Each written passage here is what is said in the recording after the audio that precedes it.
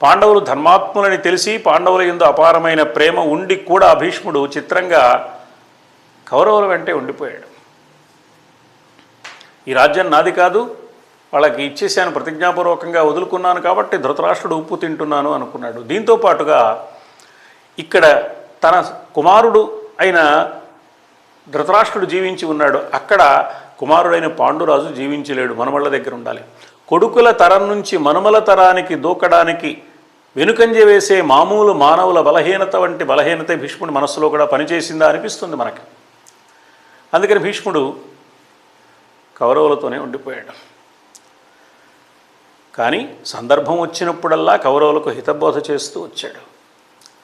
అరణ్యవాసం అయిపోయిన తర్వాత పాండవులు అజ్ఞాతవాసం చేస్తున్నప్పుడు అజ్ఞాతవాసం చేస్తున్న పాండవులను వెతికి పట్టుకోవడానికి కౌరవులు అనేక రకాల ప్రయత్నాలు చేస్తున్నప్పుడు వాళ్ళ ప్రయత్నాలన్నీ విఫలమైతే ఆ వంశానికి సంబంధించిన పెద్దగా భీష్ముడే పాండవుల ఉనికి కనుక్కోవడానికి కావలసిన ఆలోచన స్ఫురణ కలిగించిన వాడు భీష్ముడే కౌరవులకి.